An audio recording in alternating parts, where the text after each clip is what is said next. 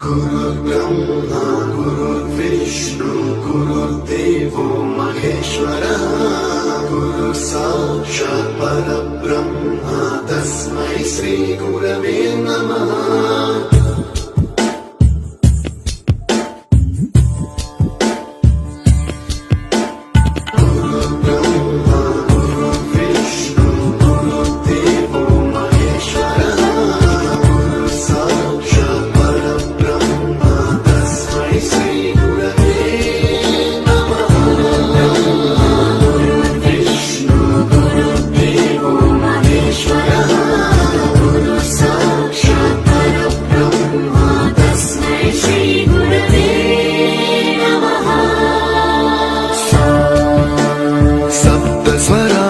ज्ञान प्रदाय गुरवे नमः। ईश्वरनन्दित श्रुति तत्त्वाय गुरवे नमः। गमगधीभावरसलसिताय गुरवे नमः। मम विधिं रागनरहरिं तं सद्गुरुं नमः।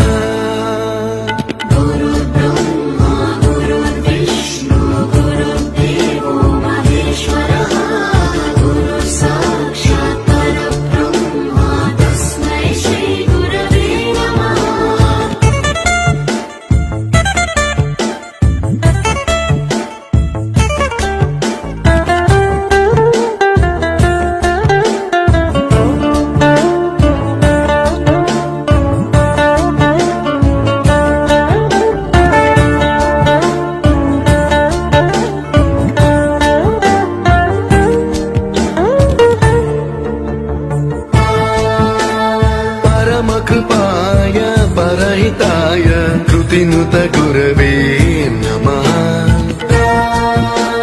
दशशतवाद्य वेद्याय पूज्याय मद्गुरवे नमः। निगमावरणे स्वरसिंहासने रागराजराजं तं वरगुरुं नमः।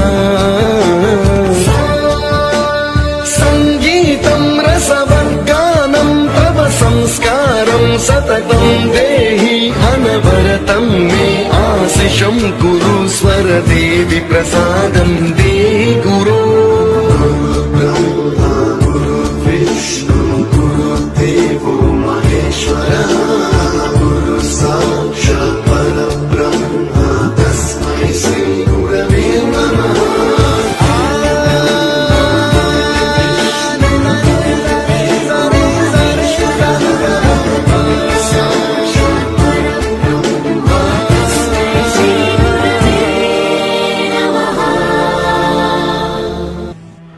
बंदी छोड़ सतगुरु रामपाल जी महाराज की जय हो। परमात्मा की सभी प्यारी आत्माओं को पवनदास का सत साहिब।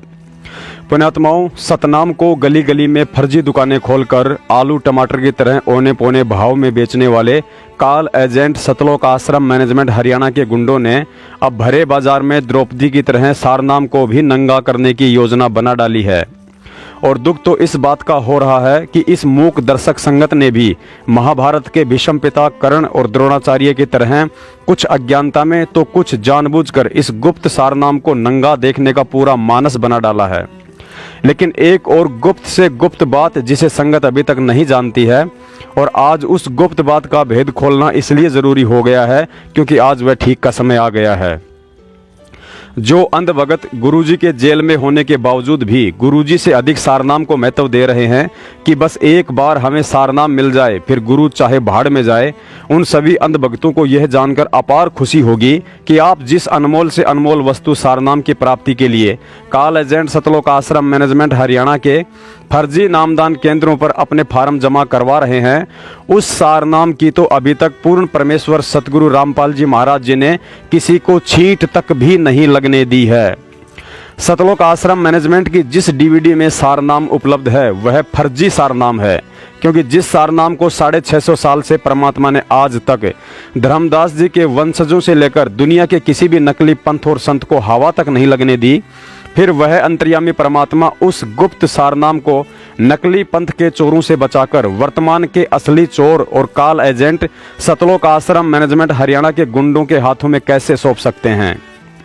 पुण्यात्माओं, तत्व ज्ञान लेकर भी जानवरों की तरह डंडे से चलने के बजाय कभी अपनी बुद्धि का भी इस्तेमाल कर लिया करो। आज तक पूर्ण परमेश्वर सतगुरु रामपाल जी महाराज जी ने जिन जिन भगत आत्माओं को सारनाम दिया है वह असली सारनाम नहीं है। यह तो उस अंतर्यामी की सोची समझी प्लानिंग के तहत एक रिहर्सल थी।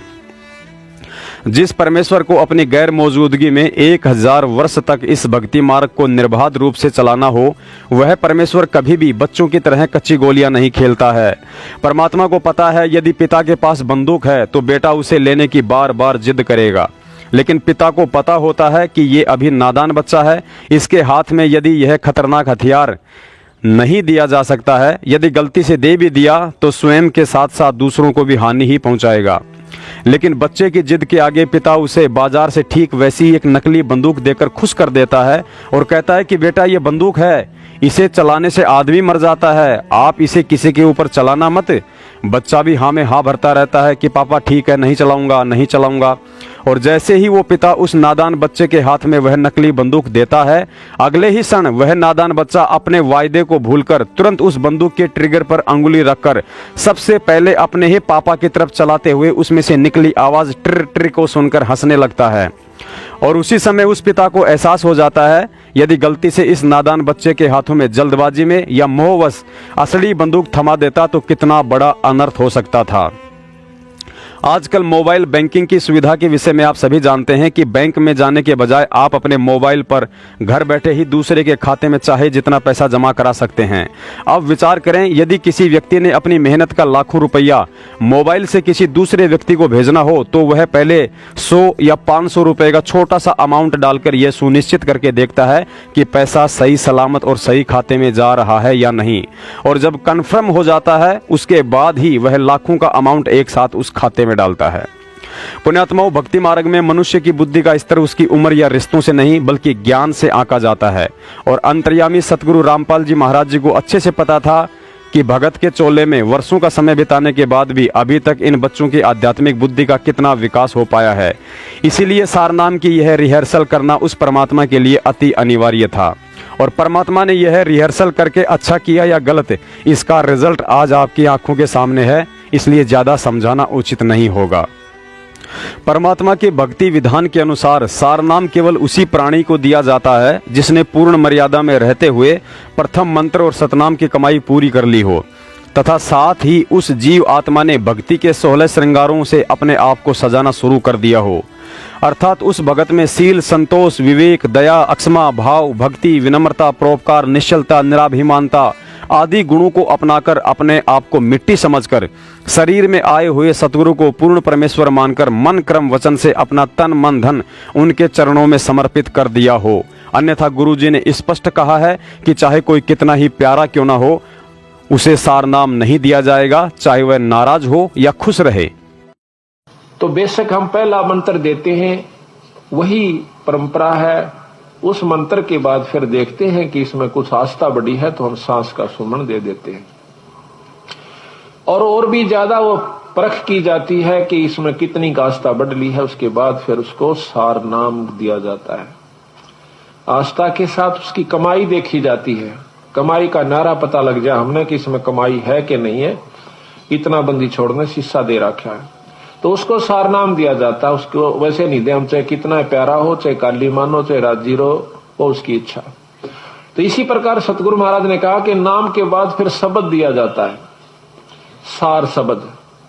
वो तो बहुत ही कतीनो ताक है और परख के जमा घिस निकल ले है जीव की जब दी जाती है। पर बंदी छोड़ने बता देंगे कब ये अधिकारी हो चुका है।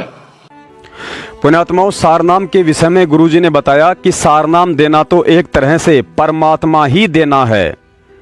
गुरुजी कहते हैं जिसके अंतःकरण में एक बार परमात्मा का समावेश हो जाए उसके बाद उस सारनामी भगत को कितना मर्यादित और शुद्ध रहना अनिवार्य हो जाता है। अभी तक उन आत्माओं को भी इस बात का आंकलन नहीं है जिन्होंने बरसों पहले सतगुरु रामपाल जी महाराज जी से यह अनमोल सारनाम ले लिया है। परमात्मा कहते हैं भग भोगे भग उपजे भग से बचा न कोई, यहाँ भग का मतलब सीधे शब्दों में काम क्रिया से है। भग भोगे भग उपजे, और भग से बचा न कोई, जो कोई भग से बचा भगत कहावे सोई। पुण्यात्माओं, हम नादानों को इस भक्ति मार्ग पर लगाए रखने के लिए परमात्मा को बहुत कुछ सहन और हमें समझाने के लिए ढील देनी पड़ती है, वरना सतलोक प्राप्ति के इस भक्ति मार्ग में जिस दिन पति और पत्नी दोनों को नाम दीक्षा मिल जाती है, उसी दिन से वे दोनों के दोनों परमात्मा के शब्द के बेटा बेटी हो जाते हैं। अर्थात वे दोनों पति पत्नी एक पिता की संतान, अर्थात उसी दिन से भाई बहन का रिश्ता हो जाता है। लेकिन परमात्मा को पता है कि जब तक इन आत्माओं के अंदर इस ज्ञान से इन सब बातों को लेकर चिंतन मनन की शक्ति नहीं आ जाती है, तब तक इनसे कोई भी क्रिया जबरदस्ती नहीं छुड़वाई जा सकती है। लेकिन सारनाम तो वह मूल वस्तु है जिसकी प्राप्ति के बाद आप इंसान से देवता की श्रेणी में आ जाते हैं, और आपके लिए यह मर्यादा निभाना अति आवश्यक हो जाता है। अर्थात गुरु जांच परख कर केवल उसी आत्मा को सारनाम देता है जिसके अंदर सतनाम की कमाई से काम क्रिया का प्रभाव निष्क्रिय हो जाता है, क्योंकि सारनाम के बाद फिर उस आत्मा से सार शब्द की प्राप्ति करवाई जाती है, जो इन सभी विकारों से हटे बिना कतई संभव नहीं है। अतः जो भगत भाई बहन सतगुरु रामपाल जी महाराज जी से सारनाम लेकर अपने आप को दुर्वासा ऋषि की तरह तोप समझ बैठे हैं, वे इस सत्संग को सुनकर अपना आंकलन स्वयं ही कर लें कि अभी तक आप भक्ति के किस पायदान पर हैं, और यदि आपको असली सारनाम दे दिया जाता तो कितना अनर्थ कर डालते, आपकी समझ में भी नहीं आता। कहते हैं कबीर साहब के धर्मदास, जब राजा नजदीक आया तो मैंने एक सिद्धि दिखाई, जमीन से 1.25 हाथ ऊपर अपना आसन कर लिया। 1.25 हाथ ऊपर मैं जैसे जमीन पर नहीं हूं, 1.25 हाथ ऊपर बैठा हूं। राजा इस क्रिया को देख कर एकदम अचंभित हो जाता है, आकर के लंबी दंडौत प्रणाम करता है, फिर उनसे ज्ञान पूछता है। ज्ञान पूछ करके फिर हम उसको बताया, वो बहुत प्रभावी होता है। कहता है मुझे नाम दे दीजिए। कहने लगा भाई चलो कोई बात नहीं। घर चले जाते हैं, उनको उपदेश दे दिया, सारे परिवार ने नाम लिया। नाम लेकर के जब उसने 2-4 साल हो गए अपनी भक्ति करते हुए, एक दिन फिर बंदी छोड़ जाते हैं। बहुत कुछ बातें चली तो कहने लगा महाराज मेरी भक्ति अब बहुत होगी अगना बेटा, अभी तो शुरू भी नहीं हुई है। कि हैरान रह गया वीर सिंह कि महाराज 4 साल हो गया, आपने मेरे को नाम भी दे रखा, सार नाम भी दे रखा। बेटा नाम और सार नाम कोई और चीज है, आपको सार शब्द और बताना है। वो कहने लगा महाराज वो सार शब्द कैसा होता है कि नुबड़ का खेल को नहीं, कि यू ऐसे बताने का होश है। कहते अति अधीन दीन हो प्राणी, जाको कहिए या अकथ कहानी। एक सार नाम, पहले सतनाम होता है, फिर सार नाम होता है, फिर सार शब्द होता है।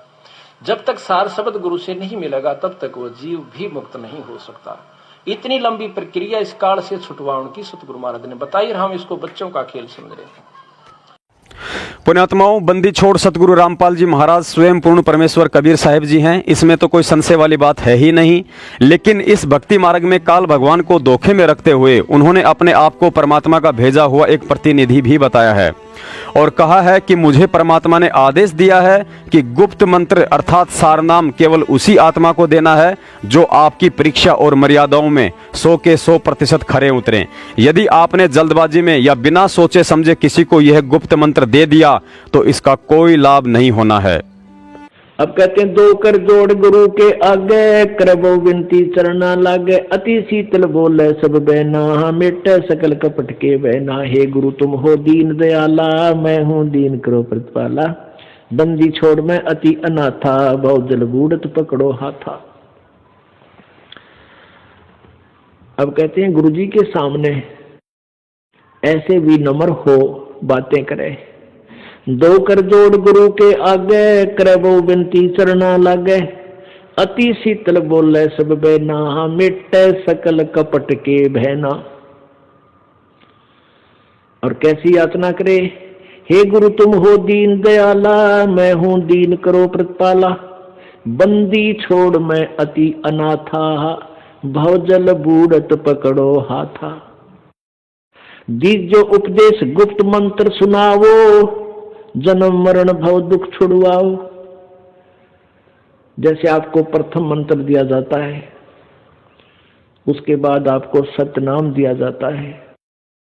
और फिर एक गुप्त मंत्र है सार नाम, उसके विषय में परमात्मा कह रहे हैं कि ऐसे आपने अधीन होना है अपने सार नाम प्राप्त प्राणी को प्राप्त करने के लिए। प्राणी को बंदी छोड़ मैं अति अनाथा, भवजल बूढ़त पकड़ो हाथा, दीजिए उपदेश गुप्त मंत्र सुनावो हो, जन्म मरण भव दुख छुड़वाओ, यो आदीन हो ऐसे जब ही शिष पर कृपा करे गुरु तब ही।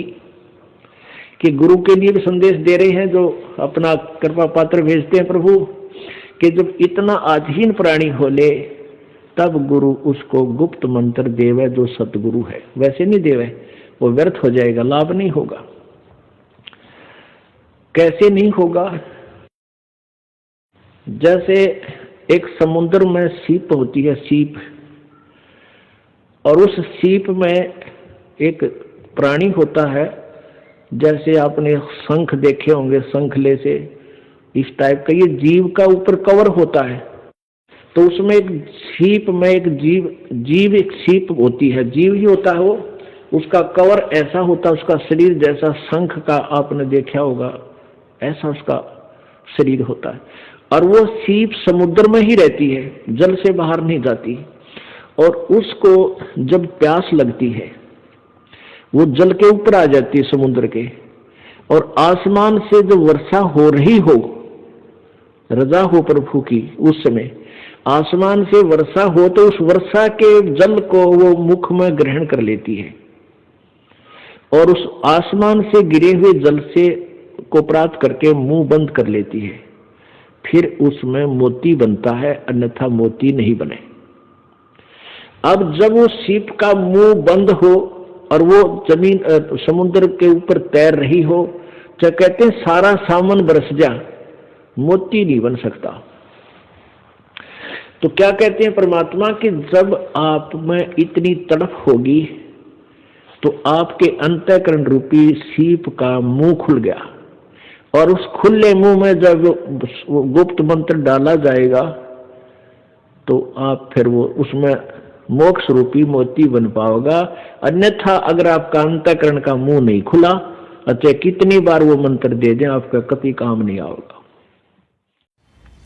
पुण्यात्माओं, एक तरफ तो दुनिया के किसी भी पंथ और संत के पास ये गुप्त मंत्र अर्थात सारनाम नहीं है, और दूसरी तरफ जिन लोगों को सारनाम मिल चुका है, आज उनके गाली गलौच, लठबाजी और बात बात पर माँ बहन एक कर देने वाले आचरण को देखते हुए यह बात हम सौपन में भी नहीं सोच सकते हैं कि संत रामपाल जी महाराज जी ने उन भक्तों को जल्दबाजी में या बिना सोचे समझे सारनाम दे दिया होगा। अतः यहाँ इसका सीधा सा मतलब यही निकलता है कि उन लठबाज और गालीबाजों के पास वह असली सारनाम नहीं है जिसके विषय में गुरुजी ने ऊपर इस वीडियो में बताया है। अब यहाँ आपको शंका हो सकती है, यदि संत रामपाल जी महाराज जी ने उन लोगों को वह असली सारनाम देने की अभी तक कोई गलती नहीं की है, तो फिर उन्हें वर्षों पहले प्रथम मंत्र देकर अपनी शरण में लेने की गलती क्यों की? यदि वे अंतर्यामी हैं तो क्या उन्हें उस समय इनका आचरण दिखाई नहीं दे रहा था? पुण्यात्माओं, यह भी सत्य है कि संत रामपाल जी महाराज जी अंतर्यामी हैं और उन्हें हर समय सब दिखाई देता है, और यह भी सत्य है कि उन्हीं ने उनको प्रथम मंत्र देकर अपनी शरण में लिया था। पुण्यात्माओं, इस भक्ति मार्ग में सतगुरु के द्वारा किसी को मंत्र दीक्षा देना और अपनी शरण में लेना, इन दोनों में बहुत गहरा अंतर है। परमात्मा की वाणी है कि ताते सतगुरु शरणा लीजे, कपट भाव सब दूर करीजे। अर्थात नाम दीक्षा लेने के बाद भी यदि उस भगत ने अपने अंतर मन से गुरु के प्रति कपट भाव का त्याग नहीं किया, तो वह हाथ में रक्षा सूत्र और गले में लॉकेट लटकाने के बाद भी सतगुरु की शरण में नहीं माना जाता है, और वह कभी भी भक्ति को त्याग कर गुरु विमुख हो सकता है। गुरुजी बताते हैं कि पिछले 4 युगों में केवल उन्हीं कुछ गिनी चुनी आत्माओं को सारनाम देकर सतलोक भेजा गया है जिन्होंने सतगुरु को पूर्ण ब्रह्म परमेश्वर स्वीकार किया था। अन्यथा उन आत्माओं के अलावा आज 40 लाख वर्ष तक परमात्मा लाखों करोड़ों आत्माओं को भिन्न भिन्न रूप में आकर मिले और अपना ज्ञान दिया, लेकिन उन आत्माओं ने उस शरीर रूप में आए हुए परमात्मा को परमात्मा स्वीकार नहीं किया।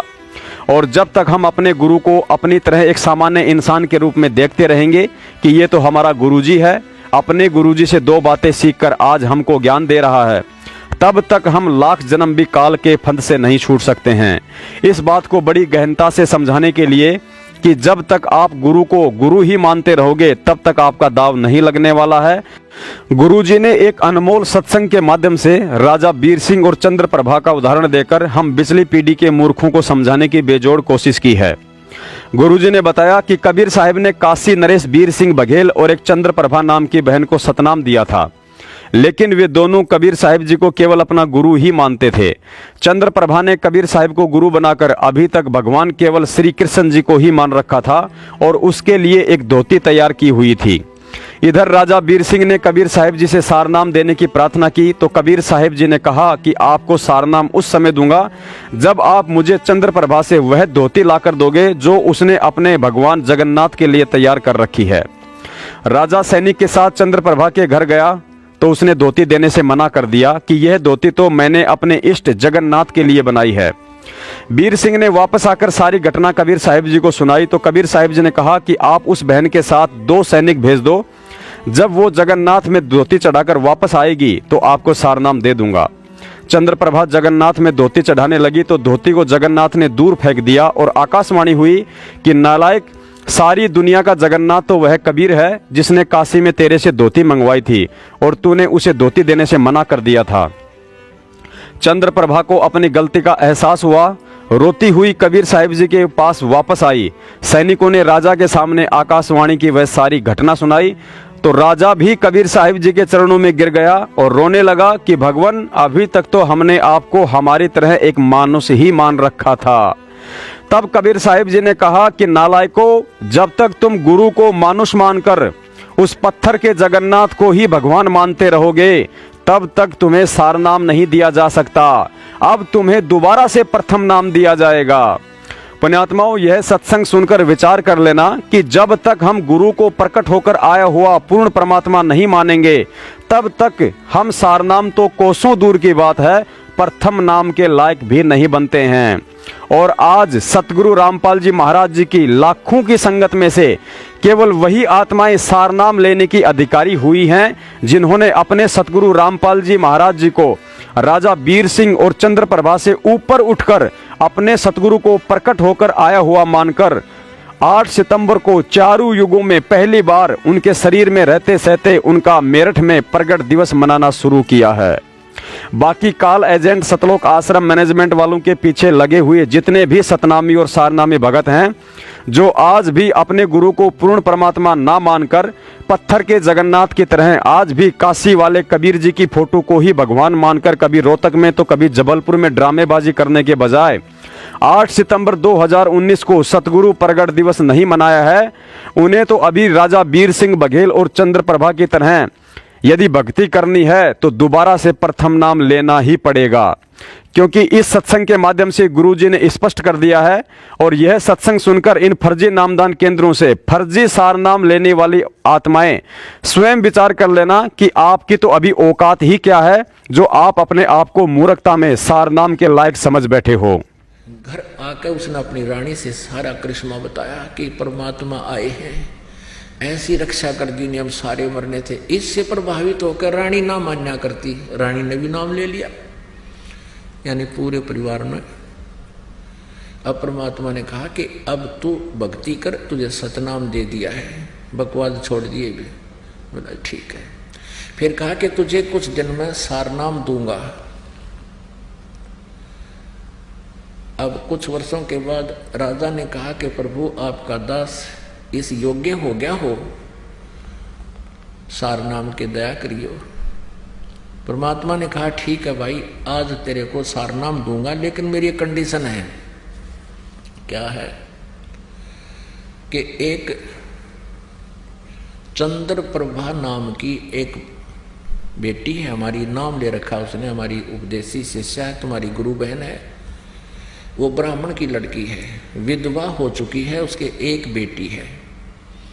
उसको वो भी जानता था, राजा भी जानता था उस बहन को कि अच्छा जी वो, हाँ, उसके पास एक धोती है, धोती साड़ी जिसको बोलते हैं, और मुझे चाहिए, आपको उपदेश दूंगा ना सारनाम, तो मुझे एक सफेद कपड़ा चाहिए, सूचा स्वच्छ। और उस लड़की ने अपने ही आंगन में बाड़ी बीज के, कपास का पौधा बीज के, कई पौधे, और उसमें से जो कपास चुग के उसको लोड के उसकी धागा यानी काट के उसकी उसने अपने हाथों से एक धोती बना रखी। और वो धोती तू लाकर दे, बाजार से नहीं चलेगा कपड़ा, वो स्वच्छ कपड़ा है और धोती बना रखी। और वो धोती तू लाकर दे, बाजार से नहीं चलेगा कपड़ा, वो स्वच्छ कपड़ा है और ये सारनाम देना है। ये तो एक लीला थी मालिक की, वैसे सारनाम में इसकी आवश्यकता नहीं थी। उनका भ्रम तोड़ना था, क्योंकि हम रीस तो कर लेते हैं, सारनाम मिला, मिल भी जाओ तो फिर वो खरे नहीं रहे तो वो फिर खत्म हो जाता है। इसलिए परमात्मा पहले पूरे तैयार करते हैं। और ठीक है, राजा ने कहा जवाब किया गया। प्रभु, राजा ने अपने 2-3 नौकर भेजे सैनिक कि जाकर उस बहन से कहो कि राजा आ रहा है। परमात्मा ने कहा तुम स्वयं जाकर लाना। अच्छा है। अब उस लड़की ने सोचा राजा का मेरे घर पाने का कौन सा तात्पर्य, क्या उद्देश्य है। राजा लोग खैर में तो आते नहीं, कोई उपद्रव जरूर करेगा मेरे साथ में, जान की बात। फिर भी हिम्मत सी करके आना ही था उसने, तो उसके लिए एक अलग से बढ़िया कपड़ा बिछा करके आसन लगाया और दूध गर्म कर लिया। राजा जब पहुंचा उसको बैठने को प्रार्थना की, राजा बैठ गया। तब उस राजा ने कहा बहन मैं आज आपके पास एक विशेष वस्तु मांगन आया हूं, बहन तू नाटिए मत ना। वो कहने लगी आप राजा हो, हम आपकी प्रजा है, आपका सब वस्तुओं पर अधिकार होता है राजा का, तो आज्ञा करो। राजा बोला आज्ञा नहीं, मैं प्रार्थना करता हूं, मैंने उपदेश लेना सारनाम। राजा बोला आज्ञा नहीं, मैं प्रार्थना करता हूं, मैंने उपदेश लेना सारनाम। और गुरुजी ने एक कंडीशन रख दी है, उसमें कुछ सफेद कपड़ा चाहिए स्वच्छ। आपके पास गुरुदेव ने एक धोती बताई है, वो धोती जो तूने, तो लड़की ने कहा कि धोती तो मेरे पास बहुत है, दे दूंगी। नहीं, वो धोती दे मुझे जो आपने गंगा जल से लाकर के कपास के पौधों को सींचा है और फिर उसमें जो कपास उगी है उसको लोड कर काट कर और उसका कपड़ा से धोती बनाई है, वह धोती मंगवाई है गुरुदेव ने। इसकी जो कीमत तू मांगेगी बहन मैं दे दूंगा। तो लड़की कहने लगी किसी कीमत पर भी इस धोती को मैं नहीं दे सकती, क्योंकि मैंने इसको अपने भगवान जगन्नाथ के लिए तैयार किया है। जगन्नाथ का मंदिर है उड़ीसा में, और वहां भगवान की मूर्ति पर चढ़ाकर आऊंगी इस धोती ने। इसमें एक एक तार मेरा भगवान के प्यार का जुड़ा हुआ है, ये मैं तुझे राजा किसी कीमत पर नहीं दे सकती, मुझे मजबूर ना करना। राजा ने कहा बहन सोच ले, मेरे जीवन का सौदा है, मुझे सारनाम नहीं मिला तो मेरा जीवन व्यर्थ हो जाएगा। तू 5 गांव ले ले मेरे तय, जो मुंह मांगे तुझे धन दे दूंगा, तू मुझे धोती दे दे। वो लड़की कहने लगी मैं इस धोती को आपको नहीं दे सकती, तेरे राज को त्याग सकती हूँ, फांसी दे मैं फांसी पर चढ़ सकती हूँ, जबरदस्ती छीन सकता है, मैं अपने भगवान की धोती नहीं दे सकती। उसने कहा गुरुदेव ने कहा, किसी ने कहा। वो लड़की कहती है नहीं, मैं अपने भगवान वाली वस्तु को नहीं दे सकती। अब राजा क्योंकि भगवान से डरने वाला था, मालिक का ज्ञान सुन रखा था ना, उसका 2 मारो जूतर उठा लेता था, ऐसे चलना नहीं था। तो वो जान गया अग भाई मेरे कर्म माड़े हैं, जो लड़की के जद पकड़गी, कर्महीन हूं मैं, ये सारनाम नहीं मिला तो मेरा जीवन व्यर्थ रहेगा। राजा वापस आ गया। राजा का चेहरा देखकर प्रभु ने कहा क्या रहा राजन। कबीर साहब ने कहा कि भगवान मेरा दुर्भाग्य है, मैं कर्महीन इंसान हूँ, आज मेरे शुभ मार्ग में बाधा बन गई, उस बहन ने धोती दी नहीं।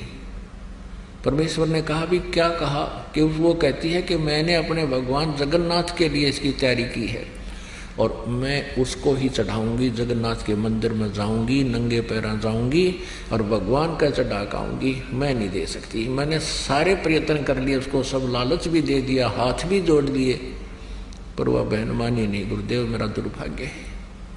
परमात्मा बोले भी चलो मैं अपनी कंडीशन लूज करता हूं, अपनी शर्त को मैं ढीला करता हूं, तो ऐसे कर, ये बहन जगन्नाथ में जो तेरी गुरु बहन है, जगन्नाथ के मंदिर में या धोती चढ़ा के आवेगी, अर्पण करेगी, तू उसकी मदद कर दे, रास्ते में उसको कोई बाधा ना करे, और उस धोती को वे ठीक ठाक चढ़ा के वापस आ जाएगी, इसको कोई दुख ना होया तो मैं तुझे सार नाम दे दूंगा, फिर मैंने कपड़े की जरूरत को ना। राजा ने राहत की सांस ली, एक नई किरण दिखाई दी प्रकाश की, ने बोला जो आज्ञा महाराज। उसी समय राजा ने 2-3 नौकर समझदार से भेजे और बहन से कहो कब जाएगी वो पूछो उससे, और उसकी मदद करो, उसको उसके लिए एक रथ जोड़ ले जाओ, बैठा कर ले जाना, खाने पीने की व्यवस्था करना, बहन को कोई दुख ना हो। अब राजा की आज्ञा लेकर के सिपाही पहुंचे कि बहन, राजा ने कहा कि आप कब जाओगी जगन्नाथ के ये धोती अर्पण करने। राजा ने हमारी सेवा लगाई है 4-5 सैनिकों की, हम आपके साथ चलेंगे, आपको कोई रास्ते में दुखी ना कर दे। आपके लिए राजा ने रथ तैयार करवा दिया है। वह बहन कहने लगी मैं, उसने तो ये सोचा था कि राजा घर पर जाकर सोचा करे और फिर मेरे साथ कोई उपद्रव पैदा करेगा। वह डर रही थी, सैनिक वापस आए तो घबरा रही थी कि हो गया काम गड़बड़, होने दो जो होगा, ये सोच लिया था। भगवान के लिए देश निकाला भी अच्छा। अपने आत्माओं ये देखना है आपने, इसका निष्कर्ष क्या निकलेगा इस स्टोरी का। ये केवल कथाएं नहीं है, ये हमारे लिए बहुत काम की वस्तु है। अब जब ये बात सुनी उस बहन ने, वह गदगद हो गई, शुक्र मनाया जगन्नाथ भगवान का। हे जगन्नाथ भगवान, आपने मेरी इज्जत रख दी, राजा का मन बदल दिया। इन्होंने पता कौन सा जगन्नाथ बदलने लग रहा है इसके मन को, इतनी बुद्धि कमजोर थी मारी। और कहा, सारी बात सुनकर कहने लगी भाई ना तो मैं रथ में बैठूं, मैं तो पैदल जाऊंगी, राजा का शुक्रिया है, अगर तुम मेरे साथ चलो तो मुझे कोई इतराज नहीं। ऐसा ही हुआ, लड़की चली गई, सैनिक साथ चल पड़े रथ लेकर, खाने पीने की व्यवस्था उसमें अपनी ले ली, वो लड़की पैदल गई वहां तक। अब शाम में पहुंचे, सुबह नहा धोकर उस बहन ने वह अपनी जो धोती हाथ से बना रखी थी वो चादर लेकर भगवान जगन्नाथ के मंदिर में मूर्ति के चरणों में रखना चाहिए, रखते ही और कहा कि इस दासी की तुच्छ भेंट स्वीकार करना जगन्नाथ। वो धोती वहां से उठी और उस जगन्नाथ के मंदिर के प्रांगण में जाकर पड़ी, और आकाशवाणी हुई कि नालायक, जगन्नाथ तो काशी में बैठा है, वो कबीर परमात्मा इज जगन्नाथ, तो कित धक्के खाना गई। कलेजा फट गया उस लड़की का, रोआ बुरी तरह। ओए होए, वो भगवान स्वयं है कबीर जी। वो वहीं से रोने लगी थी, आंखों में इतने आंसू बह गए कि सारे कपड़े भीज गए उस बेटी के, कि मैं कितनी नीच हूं, भगवान कहाँ मैं खोजन की तागी। परमात्मा कहते हैं गुरु मानुष कर जानते ते नर कहिए अंध, महादुखी संसार में अग गई यम के फंद। आकाशवाणी ने कहा कि जगन्नाथ तो वहां बैठा जिसने धोती वहां मंगवाई थी, तो वहां नहीं पहुंचा सकी, यहां धक्के खाने आ गई, ले जा इसको उठाकर। अब ये आकाशवाणी सुनी उन सैनिकों ने भी, वापस आगे रोती हुई। अब वो लड़की रो रही थी। 10-12 दिन के बाद फिर वो वापस पहुंचे। उस दिन भी परमात्मा, क्योंकि लीला थी उनकी, पता था उनको, तो कबीर जी ने वीर देव सिंह बघेल के घर पर विराजमान थे, पता था कि आने वाली है वो सारा सांग वापस आओगा, वह खाया ही धक्के नालायक है। अब पहले पता किया कि कबीर साहब के घर पे गए, पता लगा कि राजा के यहाँ पहुंचे हैं, फिर राजा के घर पहुंचे, वो लड़की भी और वो सैनिक भी। लड़की रो रही, उसको उससे बोला नहीं जा रहा, चरणों में गिर गई भगवान कबीर साहब के, और ऐसे रो रही है कि उस पर आवाज निकल रही, गला कति रुंध गया उसका, ना कुछ बता पा रही है। अब राजा ने सोचा भाई के बिजली गिर गई इस लड़की पे, और गुरुजी ने तो कहा था इसको कोई दुख ना होना चाहिए, और क्या आपत्ति आ गई, और ये रो रही है अब मुझे नाम मिला नहीं, क्योंकि भगवान ने कहा था इसको कष्ट नहीं होना चाहिए। सैनिकों को बुला कहा, अरे निकम्मो क्या हो गया इसको, तुमने मेरा नाश कर दिया। तो वो कहने लगे जी कुछ नहीं हुआ, सारी कहानी से परिचित कराया और कहा जी वहां इसने जब धोती चढ़ाई तो वो धोती वहां से उठकर बाहर गिर गई, और कहा आकाशवाणी की कि जगन्नाथ वहां बैठा है कबीर, वो जगन्नाथ है, सारी सृष्टि का मालिक है, तू कहाँ धक्के खाना गई, वहां उसने जगन्नाथ ने खुद मांगी, वहां तो तू दे नहीं सकी, और उसी को अर्पण कर। वह धोती भी साथ सिर पर ले रही, वह लड़की, और तब तेरा कल्याण होगा। अब दोनों का एक तीर से दो शिकार किए परमात्मा ने। वीरदेव सिंह का विश्वास था कि कबीर इज गॉड, और न उस नालायक का विश्वास था कि कबीर इज गॉड, गुरु बना रखा, लेकिन भगवान वो पत्थर मान रखा था वो जगन्नाथ का। अब दोनों का हृदय साफ हुआ, परमात्मा के चरणों में गिर गए। परमात्मा ने कहा प्रथम नाम दोबारा लो, द्वितीय दोबारा लो, फिर भक्ति करो जब सार नाम दूंगा। बोलो सतगुरुदेव।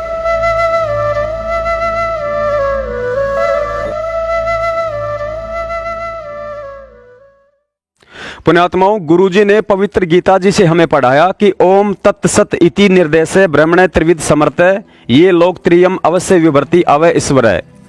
इस ओम तत्सत में से गुरुजी ने ओम अर्थात ब्रह्म का भेद और उसका मंत्र खोलकर बता दिया है। तत् अर्थात परब्रह्म का भेद और उसका मंत्र भी खोलकर बता दिया है। सत अर्थात पूर्ण ब्रह्म का भेद भी खोलकर बता दिया है, लेकिन पूर्ण ब्रह्म अर्थात सार नाम का मंत्र अभी तक किसी भी ग्रंथ में या संकेत में भी खोलकर नहीं बताया है, और ना ही आज तक यह अति गुप्त से गुप्त मंत्र सार नाम गुरुजी ने किसी को दिया है, क्योंकि इस गुप्त मंत्र की अधिकारी वही आत्मा होती है जो शरीर में आए हुए वक्त गुरु को प्रकट होकर आया हुआ पूर्ण परमात्मा स्वीकार कर लेती है। लेकिन अफसोस, सतलोक आश्रम मैनेजमेंट, उसकी ठग सेना और उसके पीछे लगी हुई अंध संगत में से कोई भी आज की तारीख में यह बात स्वीकार करने को तैयार नहीं है कि सतगुरु रामपाल जी महाराज जी 8 सितंबर 1951 में प्रकट होकर आए हैं। ये लोग गुरु जी को मात्र कबीर साहिब जी का प्रतिनिधि ही समझते हैं। पुण्यात्माओं, चारों युगों का इतिहास गवाह है। परमात्मा ने सतयुग से लेकर कलयुग तक जिन जिन आत्माओं को सारनाम दिया था, उनसे पहले ही वचन भरवा लिए थे कि आप यह मंत्र किसी अन्य को ना बताना। उन आत्माओं ने सार नाम को अपने प्राणों से प्रिय समझा और किसी को इसकी छींट भी नहीं लगने दी। धर्मदास जी में सार नाम लेने के बाद भी कुछ कच्चापन आ गया था। उसी समय परमात्मा ने उसे जगन्नाथपुरी में जीवित ही समाधि दे डाली, लेकिन इस सार नाम की किसी को भनक भी नहीं लगने दी। अर्थात चाहे सतयुग हो या कलयुग, वह अंतर्यामी परमात्मा यह सार नाम केवल उन्हीं आत्मा को देता है जिसे लेने के बाद वह भगत अपने प्राण त्याग देगा, लेकिन सार नाम की एक बूंद को भी सार्वजनिक नहीं होने देगा।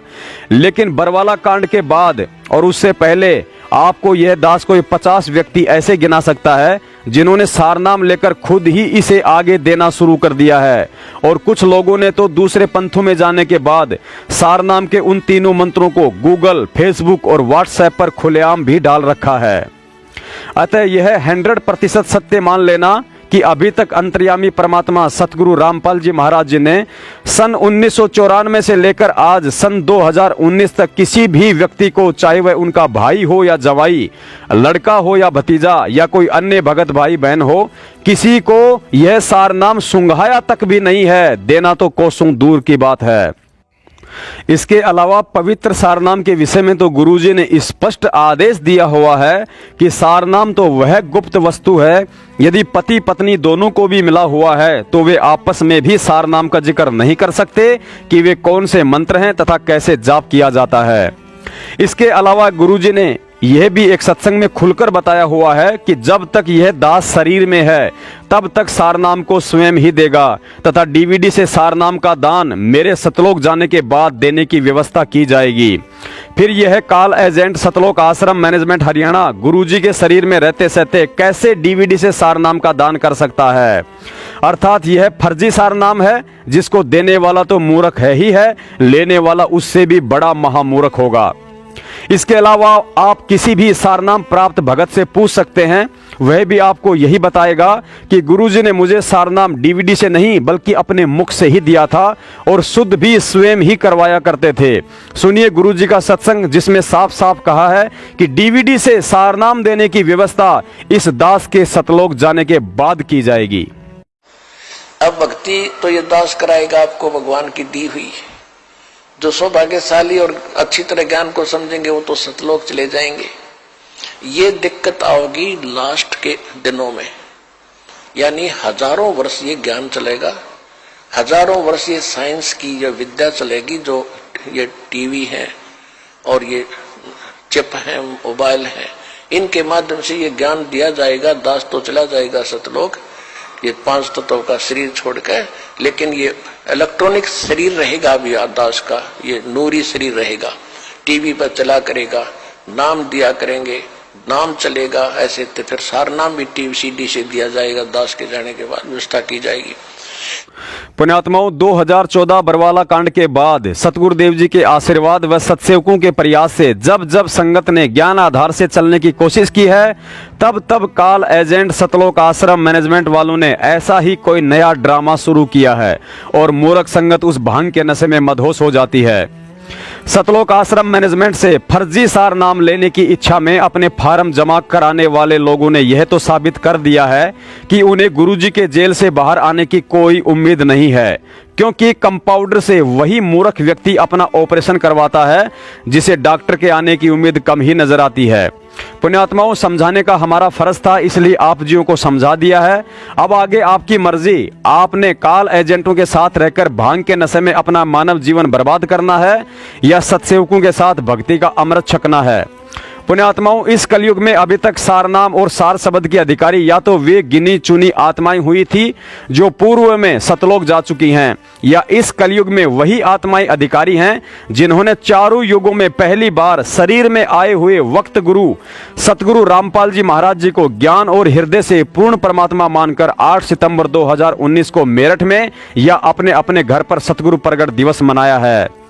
यदि कलयुग की इस पिछली पीढ़ी में 1951 के बाद पूर्ण परमेश्वर सतगुरु रामपाल जी महाराज जी पहली बार प्रसन्न हुए हैं, तो केवल वह 8 सितंबर 2019 का ही दिन था जिस दिन उनके बच्चों ने उन्हें प्रकट हुआ परमात्मा मानकर सतगुरु प्रगट दिवस मनाया है।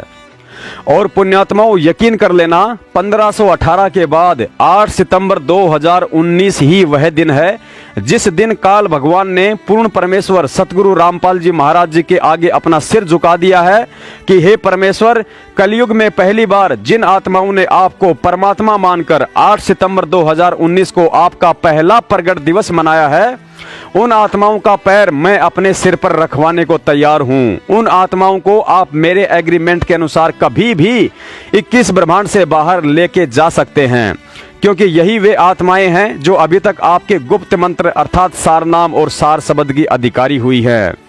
पुण्यात्माओं, इसके अलावा सारनाम किन किन आत्माओं को और उसके लिए गुप्त रूप से सतगुरु कैसी कैसी अजीबोगरीब परीक्षाएं लेता है, देखिए यह छोटा सा सत्संग। उसके बाद आपकी मर्जी, आप जो भी करें अपनी करने के लिए आप स्वयं ही जिम्मेदार होंगे। बंदी छोड़ सतगुरु रामपाल जी महाराज जी की जय हो। सत साहिब। बहुत से ऐसे ज्ञान है, क्योंकि ये सत्संग में पहली कक्षा से लेकर के अंतिम पढ़ाई तक का ज्ञान सुनाया जाता है, और जो बच्चे पहली कक्षा के हैं वो पहली वाला ज्ञान सुनेंगे, समझते हैं, और जो उच्च कक्षाएं में हो गए हैं वो उस ज्ञान को भी साथ साथ समझ रहे हैं। अब इसमें क्या बताया है, ये है वो अंतिम, जिनको सारनाम मिल गया है वो समझ जाएंगे इस बात को। कबीर साहब कहते हैं, जो जग होगा जो जन होगा जो हरि लेगा शब्द बिल गाए, जो जन होगा जौहरी वो लेगा शब्द परख। जो आपको सारनाम दिया जाएगा, जो उस समय दिया जाता है जब आप काफी बुद्धिमान हो जाते हो, इस ज्ञान को समझ जाते हो, और तभी वो नाम आपको नाम जचता है, वो सारनाम आपको सारनाम ही महसूस होता है। अन्यथा वो आप उसको उसके ऊपर रुक नहीं सकते, उस नाम को नाम नहीं, वो सारनाम मान नहीं सकते, ऐसा नाम है। कहते हैं जो जन होगा जौहरी लेगा शब्द परख, और कहते हैं यो सार नाम मेरा आदि का और सुन मत जाइयो सरक। ये जो नाम सार नाम आपको दिया जाता है वो मेरा वही वास्तविक नाम है, इसको सुनकर सरक मत जाना, डगमग मत हो जाना। जो जन होगा जौहरी लेगा नाम परख, वो परख लेगा उस नाम को, कहा वह सही है, ये तो गुरुजी ने जो दिया है सच यही है। और ये कहते हैं यही नाम मेरा आदि का, और सुनकर मत जाइयो सरक, कहते डगमग हो जाओ, यो किसा सारना हो, यो ऐसा हुआ कर सारना, ऐसे मत सोचना। कहते हैं ये मेरा नाम आदि का है। तो यहाँ क्या कहते हैं, सत्य स्वरूपी 5 तत्व का धरनी मेरा जानो ज्ञान अपारा, जो सत्य स्वरूपी नाम साहिब का सोए नाम हम। जैसे अब तीसरा नाम लेने की होड़ सी लगी थी, सार नाम लेने की, सार शब्द लेने के लिए हमने बार बार प्रार्थना आ रही थी कि हमें सार नाम दो जी, सार नाम दो जी, तीसरा नाम दे दो जी। अच्छा भाई, अभी जेल से आए हैं, अभी थोड़ा सा अपनी व्यवस्था में बनाने में थोड़ा टाइम लगे, हमने 2-3 महीने लगे, और आपको सार नाम देंगे, अवश्य देंगे, क्योंकि ये तो आपके लिए सारा साजबाज जोड़ रखा है। अब उनको बुलाया, उनसे परीक्षा ली, तो 485 में थे, मेरे ख्याल में 40 पास हुए। वो तेरा गजब हुई। अब एक न्यू तक लाना चाहिए, बोला जी आपने ढंग से ना बताया नाम देते समय, अरे तेरा गजब हुए। तीसरा नाम तो पीएचडी का है। उसने कहा कि आपने केवल ये बताया था कि ये नाम ऐसे जपना है, दूसरा तत्व ऐसे जपना है, आपने नोतना बताया यो ब्रह्म का है, यो परब्रह्म का है। वह बोला ये सत्संग करते समय मैं बता कौन से राग नहीं गाया करता, यही तो बताता हूं, तुम्हारे को ये देखना था तुम्हारी बुद्धि कहाँ काम करती है। वो तेरा गजब हो। और फिर मन ने उलाना देने, आपने ढंग से ना बताया है, यह भी उलाना उठूंगा भाई। आए सत्संग में बताता हूं, हर बार कहता हूं कि तत् यो ब्रह्म ओम ब्रह्म का जाप है, और तत् जो दूसरा मंत्र ये पर ब्रह्म का जाप है, और तीसरा पूर्ण ब्रह्म का जाप है। और फिर भी उलाना मेरे सिर पे। और तेरा पहली क्लास की बातें करते हो बच्चे, कोई बात नहीं, इसलिए आपको बार बार बुलाया गया है, और ये अभ्यास आपका होगा। तीसरा नाम देना तो परमात्मा ही देना है, और उसमें फिर आपके पास समय भी नहीं है। जैसे उस दिन 485 नाम लिखा गए थे, 285 भाग गए, 200 रह गए, 200 में थे 20-30 वो पास हुए, वो भाग्य उनके पास एक दिन और रुकने का समय नहीं था। रोहतक गए, रोहतक निकल गए उधर के उधर, कदे फिर घर के छोम आ जा। अरे पुण्यात्माओं, परमात्मा पाने के लिए ये नाम तो ऋषि में ऋषियों को नहीं मिला, जिन 88 से 1000 वर्ष तक तप किए, और आपको एक दिन और रुकने में परमात्मा निकटाव थे, और वो भी छोड़ के भागे। तो फिर तीसरे नाम के योग्य भी हो कहाँ गए?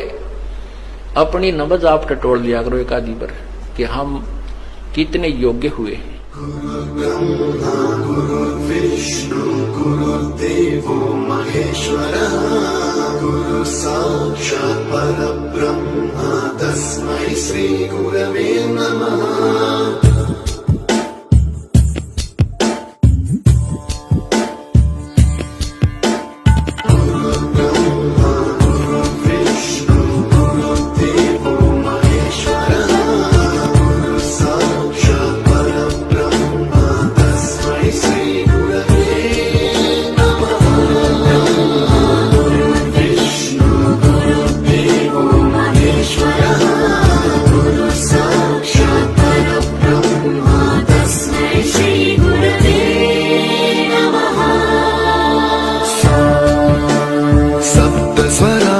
ज्ञानप्रदाय गुरवे नमः।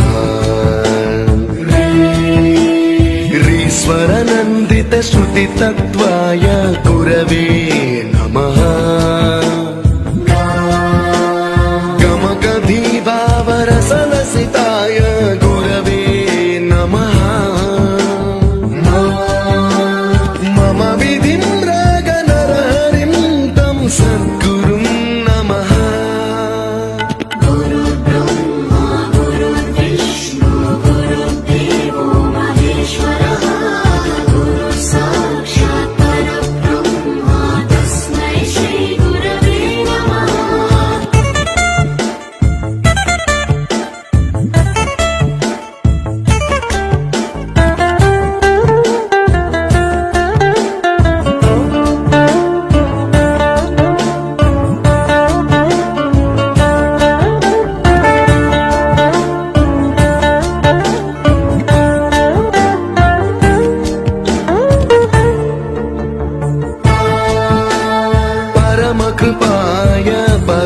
कृताय कृतिनुत गुरवे नमः दशशतवाद्यवेद्याय पूज्याय मद्गुरवे नमः निगमाभरणे स्वरसिंहासने रागराजराजं तं वरगुरुं नमः संगीतं रसवर्गानं तव संस्कारं सततं देहि अनवरतं मे आशिषं कुरु स्वरदेवि प्रसादं